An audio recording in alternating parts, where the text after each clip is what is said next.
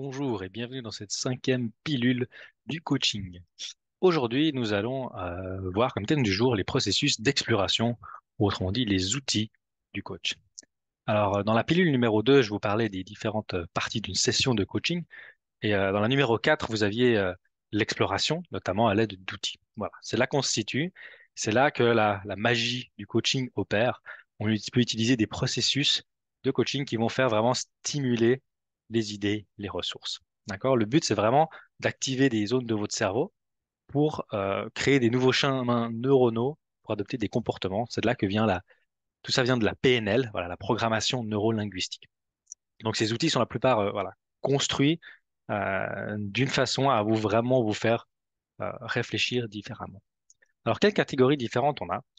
La première, ce sont les outils visuels, voilà, ou graphiques qu'on peut appeler. On utilise bah voilà, un tableau à feuilles ou un tableau blanc pour écrire les choses, tout ce qu'il y a dans votre tête, pour le mettre à plat. Voilà. Déjà ça fait une différence, le fait de le voir. Et ça permet de trier, de séparer, d'éliminer, de mettre de l'importance, d'ajouter des indices de satisfaction. C'est quelque chose qui est très, voilà, visuel, coloré, qui permet de mettre à plat les choses. C'est très utilisé en coaching. Ensuite, le deuxième je vais mentionner, ce sont les visualisations. Alors, même si le nom est proche du premier, c'est quand même très différent. C'est un processus d'introspection où vous allez imaginer un scénario, une scène qui peut être vous amener, qui peut être proposé par le coach, qui va peut-être vous guider ou juste vous poser des questions ou vous demander de décrire qu'est-ce que vous voyez quand vous y êtes. Donc, c'est un moment où généralement, voilà, vous avez fermé les yeux, vous regardez dans le vague et vous allez, voilà, chercher quelque chose au fond de vous. C'est des outils qu'on appelle de visualisation. La troisième catégorie, ce sont les métaphores. D'accord? Ah, ce sont les images. Elles peuvent être dessinées, elles peuvent être sous forme d'histoire, elles peuvent être vraiment d'une image, voilà, ou d'un mot en particulier. Et ça sert justement à faire des liens avec quelque chose de votre inconscient. Des fois, je dis, tiens, c'est marrant, je pense à ça. Quand je pense à ma situation, je vois un briquet, par exemple. D'accord. Alors, on peut aller creuser.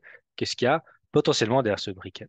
Je ne veux pas dire qu'il y a quelque chose, mais c'est quelque chose qui est généralement généré par votre inconscient et qui est très intéressant à explorer, très riche.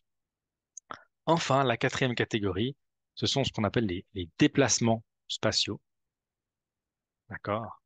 Alors concrètement, c'est des espèces de jeux de rôle, hein. C'est-à-dire que vous allez changer de position, vous mettre soit à la place de quelqu'un d'autre, soit à la place on va dire de l'objectif de la caméra qui vous observe pour prendre du recul, pour avoir donné une autre perspective ou comprendre la position d'une autre personne dans vos situations.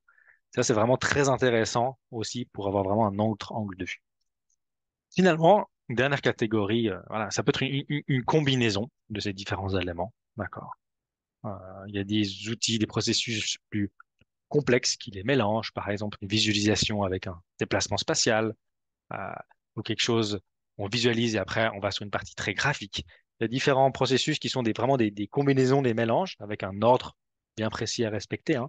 Ces outils sont quelque chose qui sont voilà, éprouvés, qui ont une certaine forme de protocole, si vous voulez, à suivre pour vous aider à générer vos propres ressources, générer ou trouver vos propres ressources. Voilà pour les différentes catégories d'outils.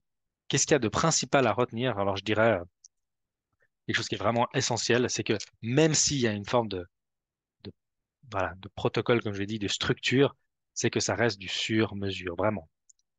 Chaque processus utilisé sur une personne différente, se- voilà, il y a un déroulement un peu différent, si vous voulez. C'est jamais exactement la même chose. On va plutôt aller par-ci, par-là. Ça, c'est justement le coach qui s'adapte à votre besoin, à votre situation, ou qu'est-ce qui en ressort. Donc, c'est très important de comprendre qu'il y a ce sur-mesure. Voilà pour les principaux outils d'exploration ou processus d'exploration qu'a le coach. Donc, encore une fois, c'est des catégories. Dans chacune, il y en a des dizaines différentes qui peuvent être utilisées et ils sont généralement assez ludiques. Ça permet de prendre de la distance aussi par rapport à vos situations pour vraiment trouver vos ressources. Voilà, c'est tout pour cette pilule numéro 5. Dans la prochaine pilule, la numéro 6, on fera quelque chose d'un peu différent. Je vous réserve une petite surprise. Ce sera une démonstration. D'accord? Pourrez expérimenter le début d'une session de coaching via cette vidéo. Voilà, ça va être vraiment sympa. Et puis, je me réjouis de ça. Merci beaucoup. À la prochaine. Au revoir.